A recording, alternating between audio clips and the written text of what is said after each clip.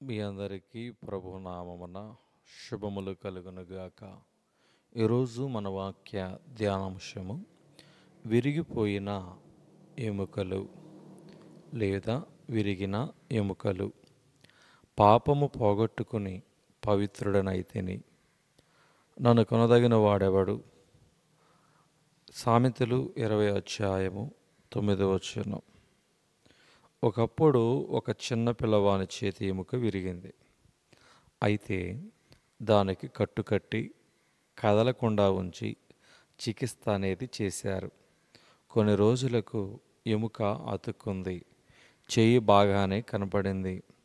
అయితే కొన్ని సంవత్సరాలు గడవగా ఈ విరిగి అతుక్కున్న ఎముక అప్పుడప్పుడు బాధ పెడుతూ వచ్చింది.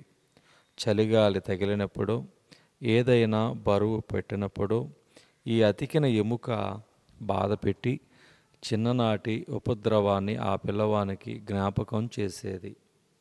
మన పాపాలు కూడా ఇలాగే ఉన్నాయి. యవ్వన కాలంలో మనకున్న బలం వలన, ధైర్యం వలన, మొండితనం చేత, నిర్లక్ష్యం వలన ఎన్నో శోధనలలో పడిపోతాం కదా. తర్వాత వాటిని గూర్చి మర్చిపోతాం. వీటి ఫలితం కొంతకాలానికి మన జీవితంలో కనబడి మనలను వేధిస్తుంది. దేవుని విడిచిపెట్టి పాపభీతి లేక తిరిగిన వారి జీవితాలు తుదకు ఎన్నో దుఃఖాలకు దారితీస్తాయి. త్రాగుడు, వ్యభిచారం, మోసం వీటిలో పడినప్పుడు వాటి దుష్ఫలితాలు వెంటనే పైకి కనబడకపోవచ్చు.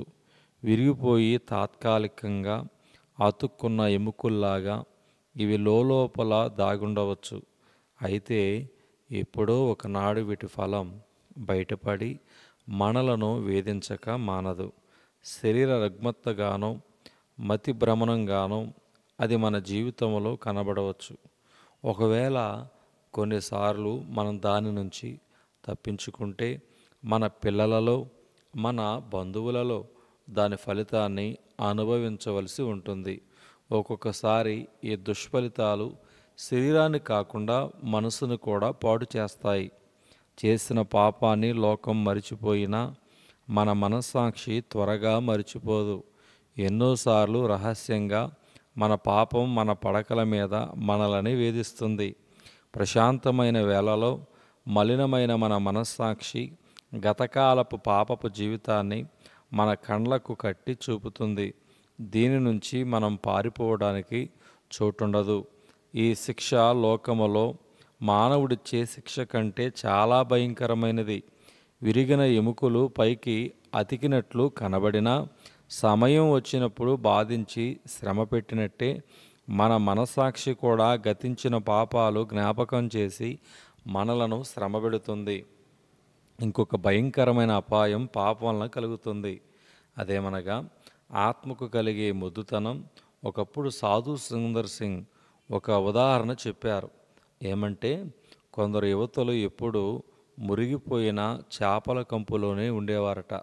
రాత్రింబగళ్ళు ఆ కంపు వారికి అలవాటైపోగా కొంతకాలానికి వారు దాన్నే ఆశించి దానిలోనే ఆనందించేవారట.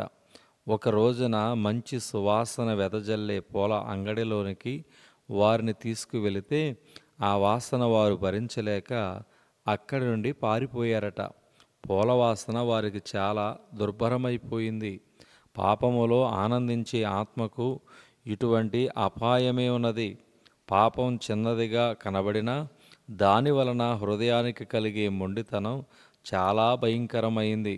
దైవ సంబంధమైన సంగతులు, దేవుని సహవాసం, సద్విషయాలు అలాంటి హృదయానికి చేదుగా కనబడతాయి, అసహ్యంగా ఉంటాయి.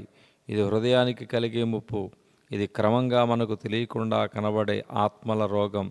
అందుకనే నీ పాపము నిన్ను పట్టిస్తుందని బైబిల్ గ్రంథం హెచ్చరిస్తుంది.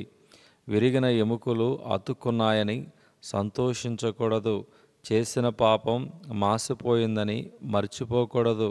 తగిన సమయంలోనే శరీరములో ఆరోగ్యం ఉన్నప్పుడే, మన మనస్సులు నిబ్బరంగా ఉన్నప్పుడే, మన మనస్సాక్షి బలంగా పనిచేసే సమయంలోనే మనం పాపాన్ని నిరోధించాలి, ఎదిరించాలి, జయించాలి. దేవుడి కొద్ది మాటలు దేవుడు దీవించునుగాక. ఆమెన్.